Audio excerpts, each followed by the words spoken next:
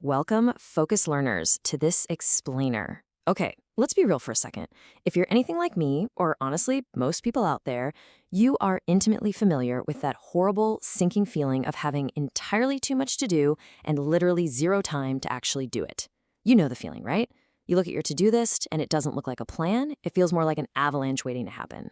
So what does this all mean? Well, it brings us to the ultimate question. How on earth do you fit 100 tasks into a 24-hour day? It's something we all struggle with, because we all have the exact same 24 hours, yet our tasks, they seem infinite. The truth is, time is strictly finite. If we just try to run faster on the hamster wheel, we're absolutely going to burn out. We don't need more speed. We need a system, a real strategy to bridge the gap between everything we want to achieve and the hard reality of the ticking clock. All right, let's dive right into this. To get us from absolute chaos to crystal clarity, we're going to follow a really simple three-part journey today. First up, deciding what truly matters. Then, visualizing your true capacity.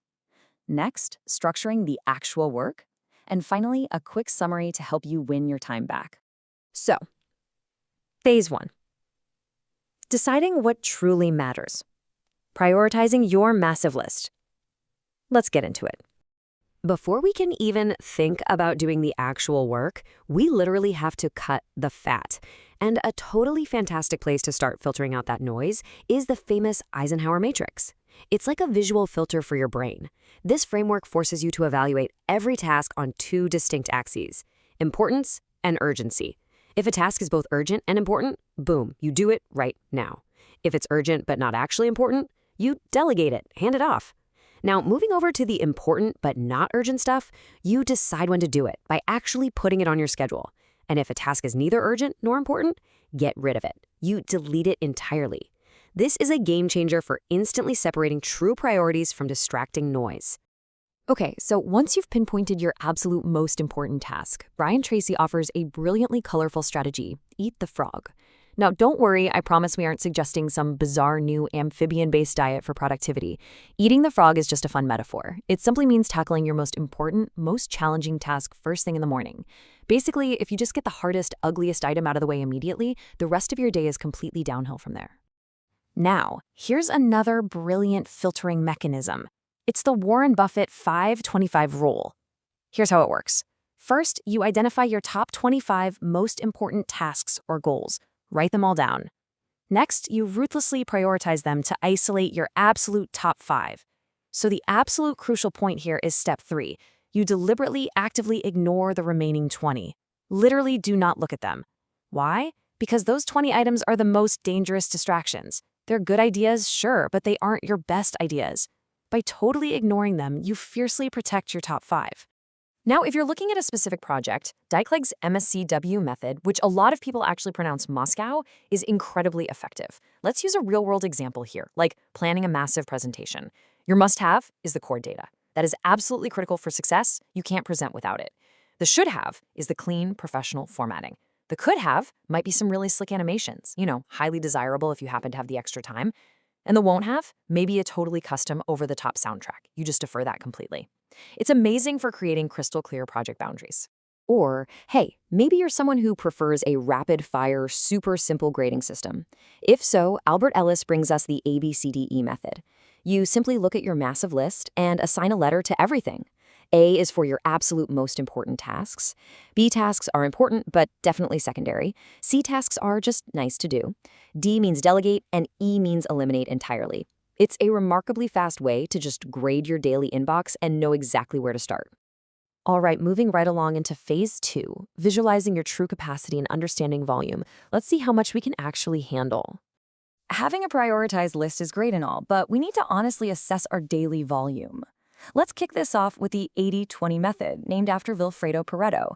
And honestly, this brilliantly illustrates a fundamental law of productivity. Just 20% of your vital effort and focus actually generates 80% of your results. By visualizing this, it kind of hits you. You don't need the capacity to do 100 things. No way.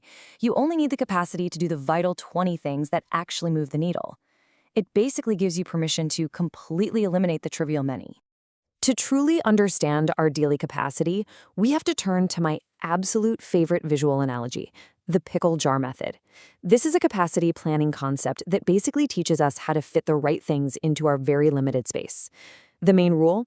It dictates that you absolutely must do your major tasks first, and only then slot in the minor tasks around them. Let's expand on this a bit because it is just so powerful. Imagine your day is an empty pickle jar. Your major, highly complex tasks, those are big rocks. The minor tasks, like casually answering emails, scrolling Slack, or organizing your desk, that's all sand. If you pour the sand into the jar first, filling up your whole morning with trivial little things, there will literally be no room left to fit the big rocks in later. The jar is full, so you have to intentionally put the big rocks in first. Get them situated. Then you let the sand naturally fill the empty spaces around them. It's all about continuously assessing to make sure you have that order right. Building perfectly on that idea of realistic capacity is Alex Kavoulikos's 1-3-5 method. And this one is super specific. It dictates exactly how many rocks and how much sand you get. Every single day, you prioritize exactly 1 major task, 3 medium tasks, and 5 small tasks. That's it, 9 items total. It forces you to accept your human limits, which we all have, and prioritize a truly manageable number of tasks every day. Okay, on to phase 3, structuring the actual work and executing your day. Time to put it all into practice. So now that we know what to do and what our capacity actually is, it's time to map it directly to the clock. Check out how Cal Newport's time blocking method visualizes a truly perfect workday structure. Instead of just mindlessly working off a list, you literally block out chunks of time on your calendar for specific types of activities. Notice how the prime 8 a.m. to 11 a.m. window is fiercely protected for deep work on those critical tasks. Quick tasks are batched together, breaks are intentionally, formally scheduled. You're actively matching your tasks to your natural energy levels throughout the day. But here's the catch. When you finally sit down in one of those time blocks, how do you actually stay focused? Well, Francesco Cirillo gives us the brilliant Pomodoro Technique. And it's totally anchored by this magic number right here, 25. You pick a task, you set a timer, and you give it 25 solid minutes of completely uninterrupted, heads-down focus. But listen, the magic isn't just the 25 minutes of work, it's the structured rest that follows. After that timer goes off, you absolutely must take a 5-minute break. Step away, and after you complete 4 of these full cycles, you stop and take a much longer 15 to 30-minute break. This built-in resting period is exactly what makes the Pomodoro method so remarkably sustainable. It completely prevents you from hitting that dreaded mid-afternoon burnout. Now, to maintain all this order over the long haul, David Allen's legendary Getting Things Done framework gives us a perfect 5-step life cycle. First, you capture every single task in one trusted place. Then, you clarify exactly what each one means. Next, you organize them into appropriate lists. Fourth, you reflect on your progress. This is a super crucial weekly review step to check in and adjust your strategy. And finally, step 5, you engage with action. It's a brilliant cycle that ensures absolutely nothing ever slips through the cracks. If strict time blocking feels a little too rigid or intense for you, no worries. Oliver Burkeman's 3-3-3 method is a highly balanced, flexible alternative. You basically structure your entire day around just 3 specific goals. 3 hours of deep work on your most crucial project, 3 shorter, more urgent tasks, and 3 maintenance tasks, stuff like clearing out your inbox or paying some bills. It elegantly covers all the bases without micromanaging every single minute of your clock. And hey, you can even turn this entire process into a physical, highly visual workflow using Taichio Ono's Kanban board. You simply categorize your tasks into 3 clear columns: to do, working on, and completed. Let me tell you, moving a task physically or even digitally from the left side to the right side of that board creates incredible psychological momentum. It's so satisfying.